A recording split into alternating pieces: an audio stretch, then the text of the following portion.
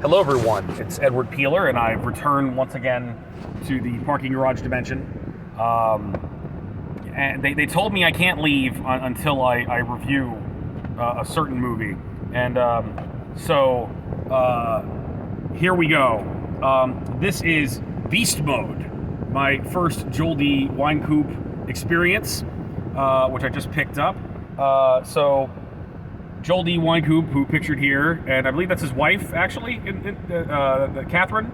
So he's a B-movie god, and he's done a ton of movies. He's local here to Florida, and I had the pleasure of meeting him a couple of years ago. It's one of my first Instagram posts, where I met him and the mysterious Ray Blast, the mysterious superhero, which looks a lot like him for some reason. He's done a bunch of B-movies, and I remember he just like huge DVDs, bunch of DVDs all over the place, and I wanted to get some, but I didn't have a DVD player at the time. Now I do. So also this movie features prominently my good friend, I'll show you right there, my good friend Michael Lords, also known as Jordy Scrubbings, who has a prominent role in this movie. So he does a lot. He's local here to Tampa. He does a lot of B movies. I think all different types of genres, like sci-fi, horror, things like that. And it's really cool. And it's like, so, you know, I'm glad I finally got to see his work. I'd say this movie is like a horror comedy more than anything else. So I watched it. So review time. It's gonna be honest here. It's a B movie. It's it's clearly shot on the cheap. And if you're not into B movies, you're not into that, it may not be for you. It's not a big budget Hollywood thing.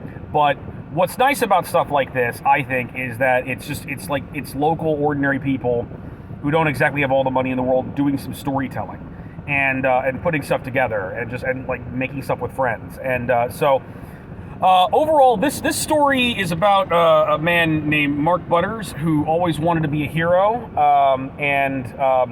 his life just turns absolutely to shit, and a psychologist hypnotizes him and hooks him on some drugs, and he goes berserk and murders her husband, which is actually she wanted him to do. She put him up to that.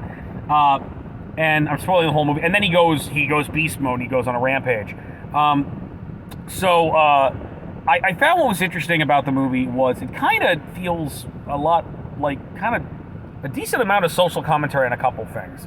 Again, it feels like a horror comedy. It's Mark Butters is kind of a goofy, dopey guy. Joel does like, I'm gonna be a hero. I'm gonna be that. It's little kind of a goofier character. There's it's not necessarily taken too seriously, but I think the undercurrent of what's going on. I mean, at the end of the day, this is a person who kind of meant well or wanted to be something better, and then he has a shitty job he has to work. He doesn't have a fulfilling relationship. His wife winds up cheating on him and kicking him out of the house. And he winds up living on the street. He winds up just homeless and miserable, mourning a better life that he could have had. And I feel like in 2026, this is a sentiment I can relate to.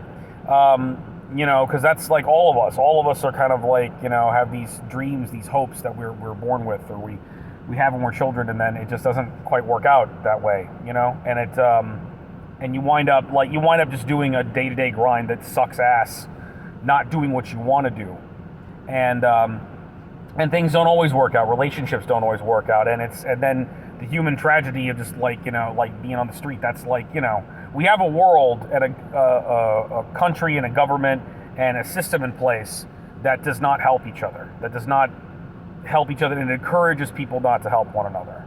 I feel like the best thing that really pulls us together is community, is looking out for one another. But it's very real, and I want to I'd love to pick Joel's brain if that's what he was going for, because that felt pretty real right there. And then the end result, he's on the street and he's got nothing. He winds up reaching out to that psychologist. What does she do? She gives him drugs. And on top of that, okay, what's interesting though too about the character Mark Butters, though, is he's not just, like, it's very easy to go poor me on this guy. But at the same time, the guy does seem delusional on a couple of levels. He does seem like he's an incompetent boob. There's a reason he didn't do well at work. There's a reason things didn't work out with his wife. There seems to be a genuine lack of... am I overanalyzing this too much? This is a B movie. Look, I'm engaging with the source material. Leave me alone. Okay, so it does feel like he is kind of like not taking personal responsibility for his own fuck-ups. He never reflects like, well, you know what, I didn't do my best job there. I wasn't really there for my wife. I am being unreasonable. I want to be Ray Blast and this great hero and all these things, instead of just kind of picking myself up or doing what I can. And I don't want to like mitigate, again, I don't want to go back on anything I said there that basically it's like, oh, that's no, because the shitty right-wing talking point I'd argue is you got to pull you up by your bootstraps. It's not terribly easy nowadays for anybody to do that. Even this, like, at the end of the day, like, the whole bootstraps bullshit can easily, I think, be picked apart by the horse in Animal Farm. Not the movie that came out recently, the actual book. It's like, life's awful, life is bad, things are going wrong. Whoa, I need to work harder. Okay, keep working harder until the pigs sell you to the fucking glue factory when you're no longer any use. That's not an answer either. But, like, I am all about, society is not helping people, things are making hard. But at the same time, one still has to accept personal responsibility, and Mark Butters doesn't do that. But then again, Butters might need a little bit more help, because Butters is very delusional about his state in the world, continuing to think, oh, I'm a hero, man, I'm a hero, and continuing, and instead of just like really, like, I think the character would have a lot more, and I'm not saying this is a flaw of the movie, I'm saying like the character by intention would be more likable if he was meant to be an introspective. Like, if, again, this is kind of a horror comedy, and I would argue there's a little bit of satire going on here, but if this were something different, if this were a story, I think we're supposed to feel bad for Butters a little bit. It's supposed to be a tragic figure by the end, but if this were a character, like, if this were a different type of story where it was about a guy just going through an existential crisis and trying to get his life together, and maybe had a more optimistic ending, he would be a different person, but that's not what's going on here. This character is not accepting personal responsibility, but does have all these negative things hitting him,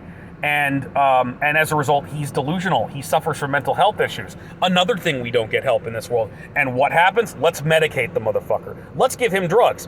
Now, psychologist lady tells him to take one pill of these. And I don't think we... and the psychiatrist lady is played by another legendary actress, Debbie Rochon. She... we're going to get into fun things in a minute, but because I do want to talk about all the fun stuff about this movie.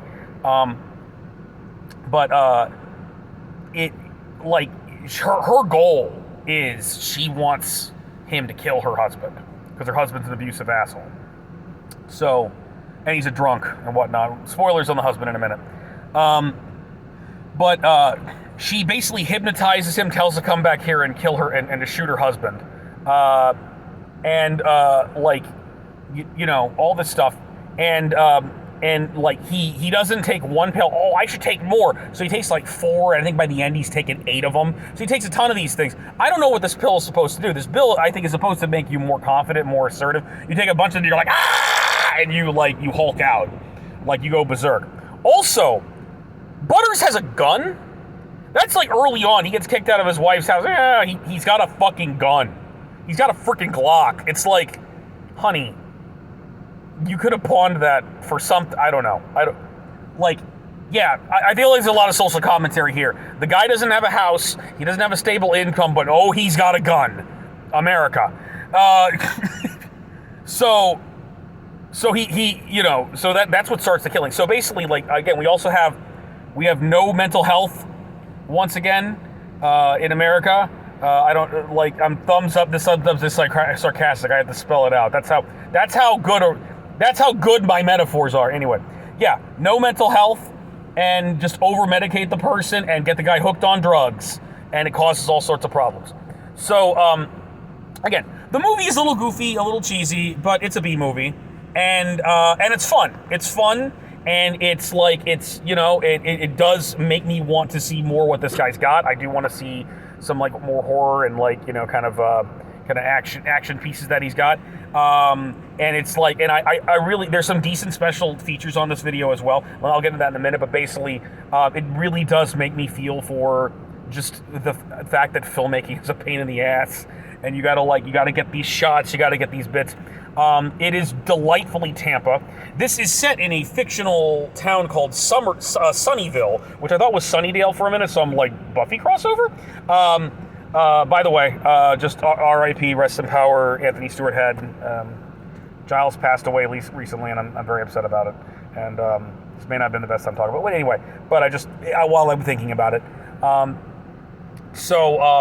But this is so delightfully Tampa, because one of the parts where he gets some rest is he gets rested at Al Lopez Park by their cancer survivor memorial, which is a very iconic spot. It's like, if you live in Florida, if you've been Howard, I drive past this place all the time, and that's where he's seen at, and that was really, really cool. Joel is he's having a lot of fun here. His wife's having a lot of fun. She gets to be his mean boss, and there's they're doing good stuff here. He's having a lot of fun playing this character. My buddy Michael Lortz, Jordy Scrubbings, Mike told me that he was like in the beginning and the end of this thing. He's all over this movie. He's all over this movie as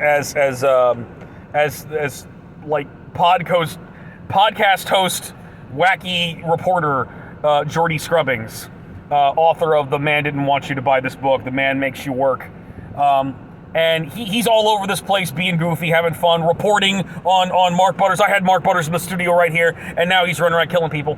My boy Mike is all over this place. Mike, you did a good job. It's awesome.